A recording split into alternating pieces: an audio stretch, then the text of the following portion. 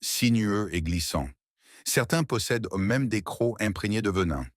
Le consensus général est que les serpents sont tout, sauf des compagnons parfaits pour se blottir. Heureusement, si vous souffrez d'ophidiophobie, nous n'allons pas vous traumatiser aujourd'hui en vous montrant des images des serpents que vous pourriez trouver dans votre jardin ou vos toilettes. Vous serez ravis d'apprendre que les serpents que nous allons vous présenter sont tout sauf communs. Donc, peu importe à quel point vous en avez peur, il est au moins peu probable que vous en croisiez un dans la vraie vie. Mais ne vous réjouissez pas trop vite. Cela ne signifie pas qu'ils sont moins terrifiants. Voici les serpents les plus rares du monde. Numéro 15. Le serpent jarretière de San Francisco.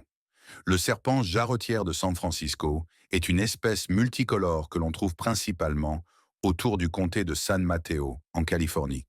C'est une sous-espèce du serpent jarretière commun, mais en voir un de ses propres yeux demande un peu de chance. Il est plus rare qu'on ne le pense. Il a été déclaré espèce en danger en 1967, et aujourd'hui, on estime qu'il n'en reste pas plus de 2000 à l'état sauvage.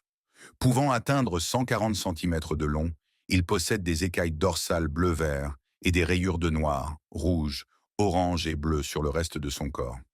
Fait inhabituel, sa tête rouge est rarement plus large que son cou, et ses yeux sont bien plus grands que la moyenne pour un serpent, lui offrant ainsi une excellente vue pour chasser en journée.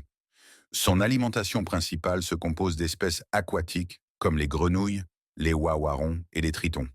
C'est pourquoi il vit près des étangs et des eaux stagnantes, où il peut aussi se prélasser au soleil et se cacher dans des terriers. Alors que sa population continue de décliner, il est illégal d'en capturer ou d'en tuer un. Il existe des inquiétudes quant au fait que le développement croissant des terres autour de son habitat pourrait un jour le conduire à l'extinction. Aimez cette vidéo, cliquez sur le bouton d'abonnement et activez la cloche de notification dès maintenant. Sinon, Slenderman sortira de sous votre lit pendant que vous dormez. Passons maintenant au sujet brûlant. La raison pour laquelle nous avons choisi cette photo comme sujet brûlant aujourd'hui, c'est parce que c'est le seul serpent de la vidéo dont nous ne pouvons pas être sûrs à 110% qu'il existe réellement. Mais les mythes et légendes qui l'entourent sont particulièrement convaincants. Personnellement, nous pensons qu'il pourrait être réel, et nous sommes impatients de savoir ce que vous en pensez. Que ce soit Cerbère dans la mythologie grecque, ou le chien à 3 têtes dans Harry Potter, le monde de la fiction nous a souvent présenté des créatures à plusieurs têtes. Mais une telle créature pourrait-elle exister dans la réalité? S'il y en a une, il semble que le candidat le plus probable ne soit pas un chien, mais un cobra. Les serpents à 2 têtes sont en réalité plus courants qu'on ne le pense. Bien qu'ils restent rares, environ un serpent sur 100 000 possède une seconde tête, et dans de nombreuses cultures, ils sont considérés comme un signe de catastrophe imminente. Certains photographes ont même capturé des images de serpents à 3 têtes, généralement des cobras. La photographie que vous voyez actuellement en est un exemple. Beaucoup de ces images sont rapidement discréditées comme étant des faux, mais étant donné que les serpents à 2 têtes sont bien réels, ne pourrait-il pas exister au moins un cobra à 3 têtes? Les scientifiques pensent que c'est possible, bien que peu probable. Quoi qu'il en soit, cette photo particulière n'a pas encore été prouvée comme étant truquée. Et vous, qu'en pensez-vous? Cette photo représente-t-elle un véritable cobra à 3 têtes? Ou est-ce un faux? Et si vous pensez qu'il s'agit d'un faux, croyez-vous que des cobras à 3 têtes pourraient exister? Ou pensez-vous que la limite est de 2 têtes? Tout ce que nous savons, c'est que l'homme qui a pris cette photo insiste sur son authenticité et défend son point de vue avec ferveur depuis. Commentez ci-dessous avec le hashtag sujet brûlant et donnez-nous votre avis sur ce que nous venons de vous montrer à l'écran. Sur ce, continuons. Numéro 14. Le serpent arc-en-ciel. Comme son nom l'indique, le serpent arc-en-ciel est l'un des serpents les plus colorés que l'on puisse voir. Cependant, en raison de la capture historique et de la perte de son habitat, il est très peu probable d'en croiser un dans la nature. Ses couleurs semblent presque irréelles. Il possède des écailles bleues et noires sur le dos, 3 bandes rouges et peut également développer des écailles jaunes. Aucun serpent arc-en-ciel n'a exactement la même configuration de couleurs, bien que les individus les plus proches génétiquement aient des motifs similaires. Ils sont endémiques du sud-est des États-Unis et, à l'origine, 2 sous-espèces existaient, bien que l'une d'elles ait déjà été déclarée éteinte. Les adultes peuvent atteindre jusqu'à 1,20 m de long et passent la grande majorité de leur vie dans l'eau, où ils se cachent parmi la végétation pour échapper aux menaces. Même lorsqu'un serpent arc-en-ciel est à proximité, il est presque impossible à repérer grâce à sa capacité à se camoufler dans son environnement. De plus, il peut s'enfouir dans le sable ou la boue pour se cacher encore mieux. Ce serpent chasse les anguilles, les grenouilles, les salamandres et les têtards, qu'il capture et avale généralement la tête la première, encore vivant. Non venimeux, il est étonnamment docile lorsqu'il est manipulé par des humains, ce qui explique en partie pourquoi tant d'individus ont été capturés pour être exposés. Numéro 13. La vipère de Wagner. La vipère de Wagner, une espèce en danger critique d'extinction, est originaire de l'est de la Turquie et du nord-ouest de l'Iran. Elle porte le nom du premier explorateur à en capturer un spécimen en 1846, Moritz Wagner, et a acquis un statut quasi légendaire dans la région en raison de sa rareté. Ces vipères vivent dans les montagnes à des altitudes comprises entre 1600 et 1900 mètres et préfèrent rester cachées dans la végétation autant que possible. Elles sont venimeuses, mais leur morsure n'est pas particulièrement dangereuse pour l'homme. Elles utilisent leur venin pour tuer de petits mammifères et oiseaux, qu'elles mangent ensuite lentement. La vipère de Wagner peut atteindre 94 cm de long et arbore une coloration brun-gris avec des taches plus claires le long du corps. On distingue souvent des marques en forme de V sur la tête, ainsi qu'une ligne qui s'étend du coin de chaque œil jusqu'à la bouche. Cette espèce est menacée principalement par sa capture pour le commerce d'animaux de compagnie et par la construction de barrages qui détruisent son habitat naturel. Des programmes de conservation ont été mis en place dans des zoos du monde entier, notamment à Saint-Louis, où 9 spécimens sont nés en 2013. Numéro 12. La vipère fer de lance dorée. La vipère fer de lance dorée est une espèce de vipère à fossettes que beaucoup considèrent comme le serpent le plus venimeux et dangereux au monde. Heureusement, elle ne vit que sur une petite île au large de l'État de São Paulo, au Brésil, ce qui fait que les humains n'ont que très rarement affaire à elle. L'île s'est séparée du continent il y a des dizaines de milliers d'années, permettant à cette espèce d'évoluer indépendamment de ses proches parentes continentales. Ses sources de nourriture sont très limitées, mais l'île est un lieu de repos pour de nombreux oiseaux migrateurs. C'est pourquoi le venin de cette vipère est devenu extrêmement puissant. Le serpent dispose de peu de temps pour mordre sa proie, et son venin doit agir rapidement avant que celle-ci ne puisse s'envoler trop loin. Les oiseaux résidents ont appris à éviter ces serpents redoutables. Mesurant jusqu'à 1,20 m de long, on estime que plusieurs milliers de vipères fer-de-lance dorées vivent sur l'île aux serpents, qui s'étend sur seulement 43 hectares. Toutefois, très peu d'études ont été menées pour en confirmer le nombre exact. La marine brésilienne a établi un périmètre de sécurité autour de l'île pour empêcher toute intrusion, car ces serpents sont extrêmement dangereux. Leur venin contient des hémotoxines qui dissolvent la chair pour faciliter la digestion de leur proie. En cas de morsure non traitée, il entraîne des nausées, des hémorragies internes, une insuffisance rénale, des saignements cérébraux et finalement, la mort. Cette espèce est définitivement l'une des plus redoutables au monde. Numéro 11. Les cobras blancs. Les cobras blancs sont normalement colorés pour se fondre dans leur environnement, mais 2 conditions peuvent les affecter, ce qui signifie que leur corps manque de pigments, l'albinisme et le leucisme. Toutes les espèces de serpents peuvent naître avec l'une ou l'autre de ces conditions, et on pense que cela est beaucoup plus courant chez eux que chez tout autre type d'animal. Malgré cela, ils sont incroyablement rares, principalement parce que, sans leur camouflage, il leur est beaucoup plus difficile de chasser efficacement et beaucoup plus facile pour les prédateurs de les repérer. Les cobras blancs sont parmi les plus fascinants à observer et ils ne diffèrent en rien des cobras normaux. Ils possèdent toujours leur capuchon caractéristique et leur venin puissant, mais il est rare qu'ils survivent au-delà du 2e jour après leur éclosion. Le gène responsable de cette mutation est récessif, ce qui signifie que 2 serpents de couleur normale peuvent en produire comme progéniture, mais cela ne se produira pas dans tous leurs œufs. À l'état sauvage, comme ils ont extrêmement peu de chances d'atteindre l'âge adulte, il n'existe aucun cas connu de 2 cobras blancs s'accouplant. Cependant, si cela arrivait, tous leurs petits seraient également blancs. Les serpents albinos et leucistiques sont particulièrement recherchés comme animaux de compagnie, mais un spécimen en bonne santé peut coûter plusieurs fois le prix d'un serpent de couleur normale. Numéro 10. Les serpents à deux têtes. On dit que deux têtes valent mieux qu'une, mais dans le cas des serpents, ce n'est pas toujours vrai. Il existe une condition appelée polycéphalie, plus fréquente chez eux que chez la plupart des autres animaux, qui peut les faire naître avec plus d'une tête. Cette formation inhabituelle commence dans l'embryon et se produit pour la même raison que les jumeaux siamois. Un défaut dans la séparation des cellules dans un seul œuf conduit au développement de deux, voire plusieurs têtes. Les chances de survie de chaque individu dépendent de l'étendue de la polycéphalie. Parfois, une seule tête est véritablement viable et doit porter le poids mort de l'autre. Dans d'autres cas, chaque tête possède un cerveau, une gorge et un estomac fonctionnels, ce qui leur permet d'avoir une meilleure chance de survie, même s'ils peuvent se disputer sur la direction à prendre. Cependant, la vie reste difficile pour eux et la plupart meurent très jeunes.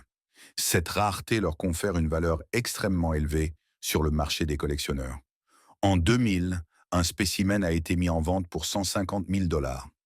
Un zoo du sud de l'Ukraine a récemment exposé un serpent roi à deux têtes, dont les têtes pensent et réagissent indépendamment l'une de l'autre et se disputent même la nourriture. Pour éviter qu'une tête ne tente de manger l'autre en cas de grande faim, les soigneurs placent une barrière entre elles pendant les repas. Numéro 9. Les couleuvres d'Antigua.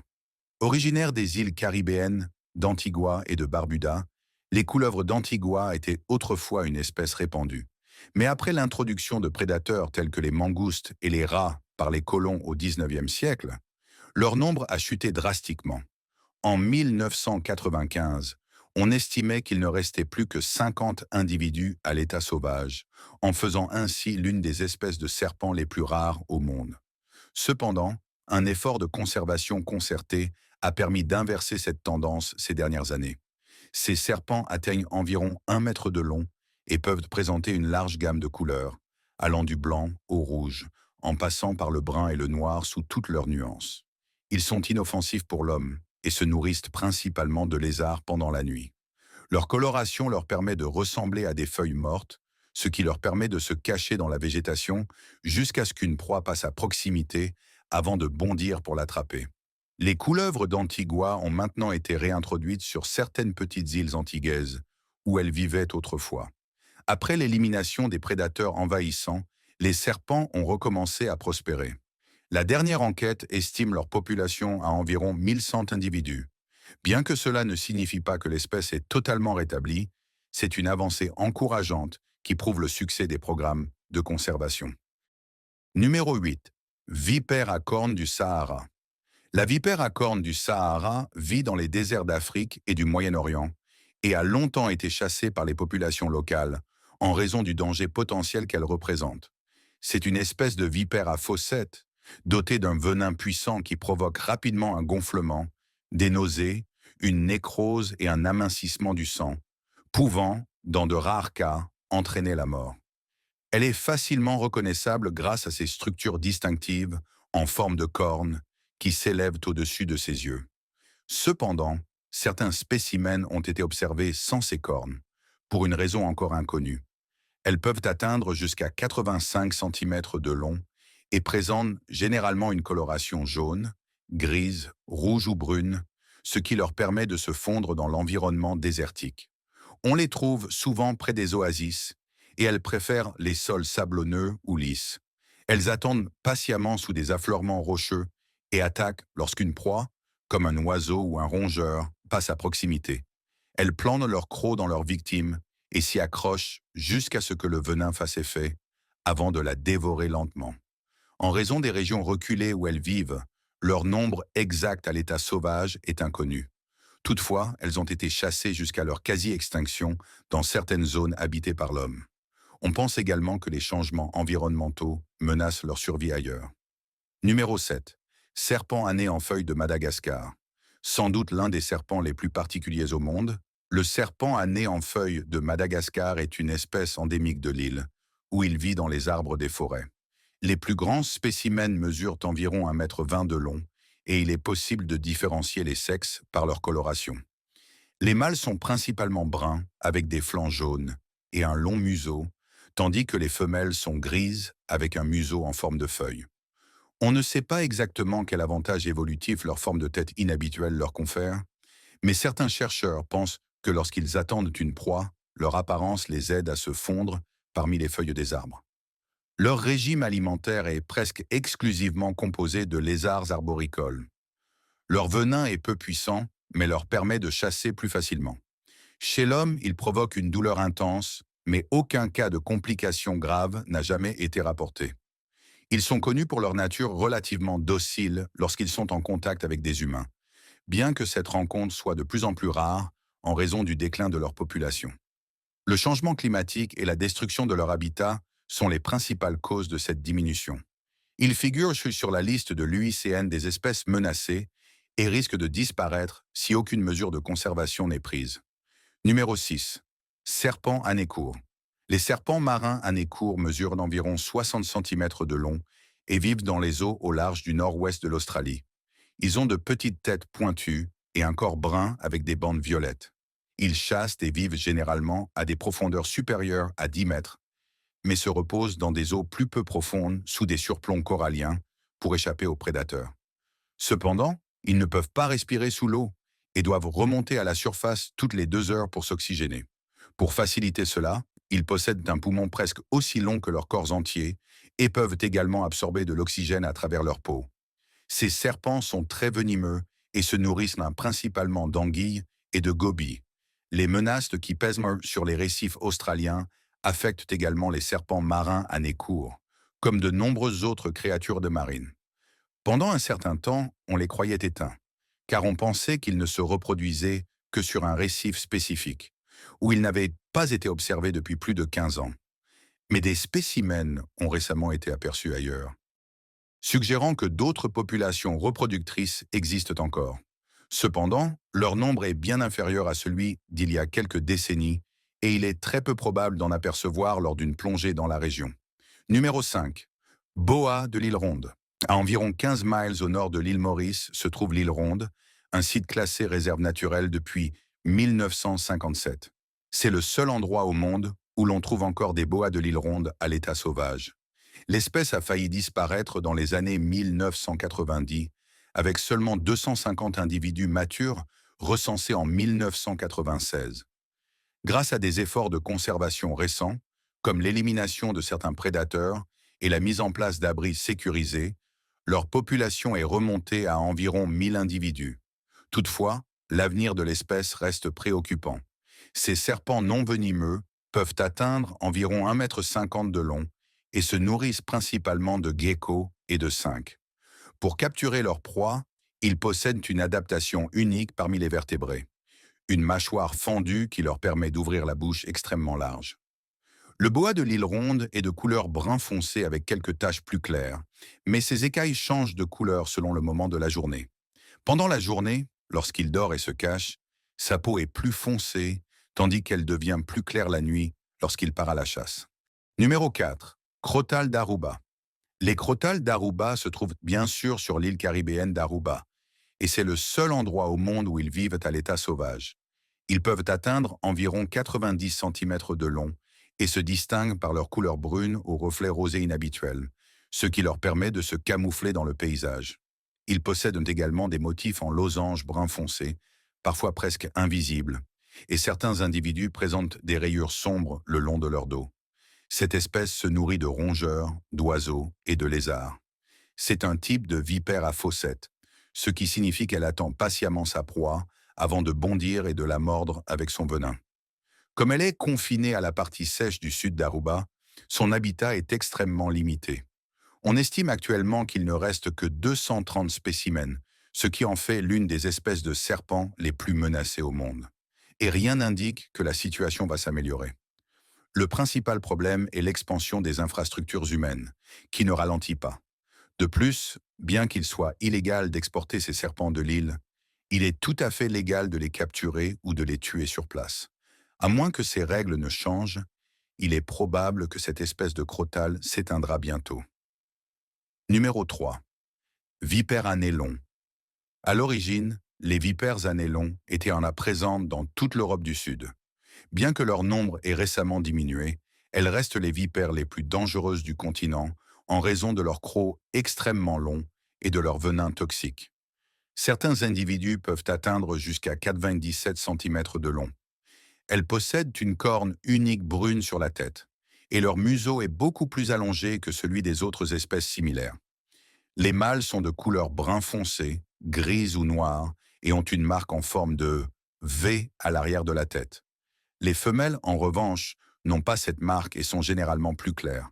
Elles vivent principalement sur des collines sèches et rocailleuses, mais peuvent aussi se cacher dans les décombres laissés par les chantiers de construction.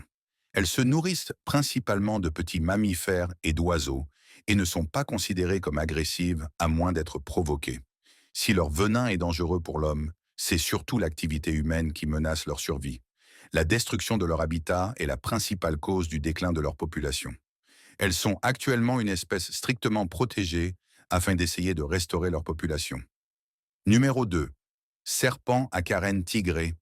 Les serpents à carène tigrée sont originaires d'Asie de l'Est et du Sud-Est et ont la particularité unique d'être à la fois venimeux et toxiques. Leur venin est injecté par des crocs situés à l'arrière de leur bouche, ce qui rend une morsure réussie plus difficile que pour les serpents ayant des crocs frontaux. Cependant, dans certaines conditions, une morsure peut être mortelle pour un être humain. Ils se nourrissent principalement de grenouilles et de crapauds, et c'est grâce à eux qu'ils développent leur méthode de défense inhabituelle. Immunisés contre le poison de leur proie, ils peuvent l'accumuler dans deux glandes situées dans leur cou. Les prédateurs potentiels sont bien conscients de ce danger et évitent généralement de les attaquer. Ces serpents peuvent atteindre 99 cm de long et sont reconnaissables à leurs écailles vert-olive avec des marques orange et noires. Cependant, en raison de la chasse pour la consommation et de la destruction massive de leur habitat, leur population a fortement diminué au cours des 50 dernières années. Ils sont sur le point d'être classés comme une espèce extrêmement vulnérable. Numéro 1. Serpent dragon. Originaire de Thaïlande, de Birmanie et d'Indonésie, le serpent dragon est une espèce nocturne non venimeuse qui se nourrit presque exclusivement de grenouilles. Son comportement face aux prédateurs est inhabituellement réactif et chaque spécimen gardé en captivité est mort peu après. Lorsqu'il est menacé, son premier réflexe est d'imiter une branche. Il raidit son corps en ligne droite et maintient cette posture même s'il est saisi. Ce comportement pourrait expliquer pourquoi il est si facile pour les prédateurs et les chasseurs de le capturer, ce qui en fait aujourd'hui une espèce extrêmement rare dans la région. On ne sait pas combien d'individus subsistent et aucune initiative de conservation n'est actuellement en place, car cette espèce reste très méconnue. Toutes les tentatives d'élevage en captivité ont échoué. Certains chercheurs estiment qu'elle pourrait disparaître d'ici quelques années si aucune mesure n'est prise pour lutter contre la destruction de son habitat et la chasse. Mais comme il n'existe actuellement aucune volonté de modifier les lois en sa faveur, son avenir est très incertain. Lequel de ces serpents rares vous inquiéterait le plus si vous deviez en croiser un? En avez-vous déjà vu un en vrai? Faites-le nous savoir dans les commentaires. Et n'oubliez pas de jeter un œil à nos autres contenus passionnants qui s'affichent à l'écran. À la prochaine!